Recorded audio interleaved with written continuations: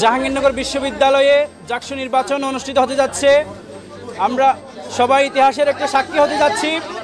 দীর্ঘ ৩৩ বছর পর বৃহস্পতিবার জাহাঙ্গীরনগর বিশ্ববিদ্যালয় কেন্দ্রীয় ছাত্র সংসদ জাকসু ও হল সংসদ নির্বাচন অনুষ্ঠিত হচ্ছে। সকাল ৯টা থেকে শুরু হওয়া ভোট গ্রহণ চলবে বিকেল ৫টা পর্যন্ত।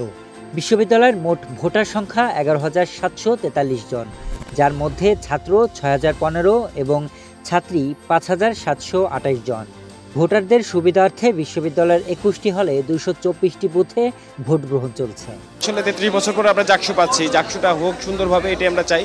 জাকসু নির্বাচনে ২৫টি পদে মোট ১৭৭ জন প্রার্থী লড়ছেন, যেখানে প্যানেল সংখ্যা মোট ৭টি। এর মধ্যে ৪টি পূর্ণাঙ্গ প্যানেল ও ৩টি আংশিক প্যানেল রয়েছে।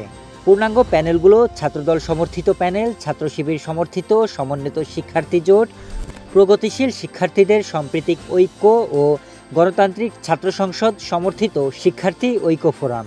অন্যদিকে আংশিক প্যানেল দিয়েছে স্বতন্ত্র শিক্ষার্থী সম্মিলন, স্বতন্ত্র অঙ্গীকার পরিষদ এবং ছাত্র ইউনিয়ন ও ছাত্র ফ্রন্টের সংসপ্তক পর্ষদ।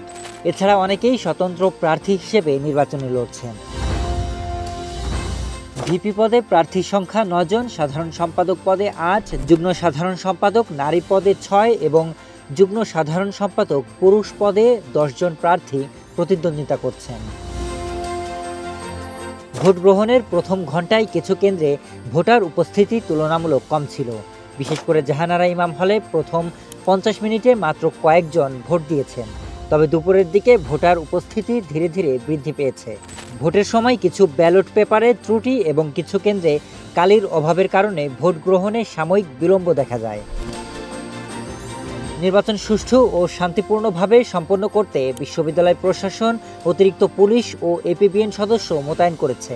ভোট গ্রহণ শেষ হওয়ার সাথে সাথেই গণনা শুরু হবে এবং নির্বাচনের ফলাফল আজই ঘোষণা করা হবে। জাকসু নির্বাচন বিশ্ববিদ্যালয়ের ছাত্রছাত্রীদের মধ্যে গণতান্ত্রিক চেতনা জাগ্রত করার পাশাপাশি শিক্ষার্থীদের স্বতন্ত্র পরিচয় ও ভোটাধিকার প্রয়োগের একটি গুরুত্বপূর্ণ অধ্যায় হিসেবে ধরা হচ্ছে। দীর্ঘ প্রতীক্ষার পর অনুষ্ঠিত এই নির্বাচনে শিক্ষার্থীদের মধ্যে দেখা যাচ্ছে বেশ উৎসাহ এবং উত্তেজনা। ভোট গ্রহণ ৯টায় শুরু হয়েছে, এটা সুষ্ঠুভাবে শেষ হবে। Sharif Rahat, news desk, hello Bangla.